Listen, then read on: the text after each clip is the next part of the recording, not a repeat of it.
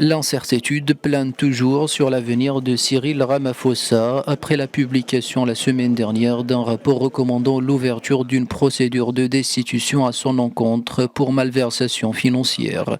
Le président sud-africain n'a aucune intention de démissionner, a fait savoir son entourage, une situation qui risque d'avoir des répercussions indésirables sur l'économie du pays, déjà fragilisée par plusieurs années de croissance faible, estime cet économiste sud-africain.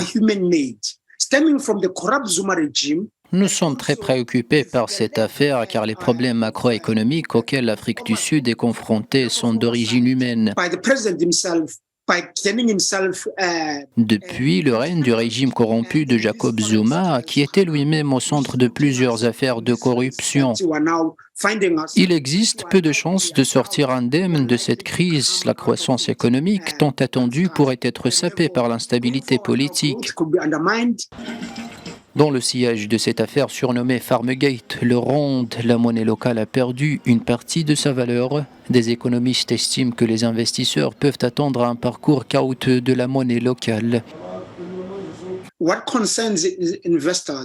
La situation inquiète bien évidemment les investisseurs. Je pense que l'Afrique du Sud a montré à plusieurs reprises que son système judiciaire et son Parlement sont assez solides.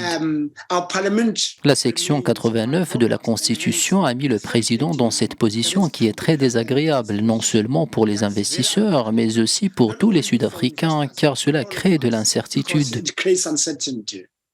L'affaire qui plonge le parti du Congrès national africain dans la tourmente remonte à 2020. Des cambrioleurs se sont introduits dans une des propriétés de Cyril Ramaphosa. Des liasses de billets ont été retrouvées sous les coussins d'un canapé.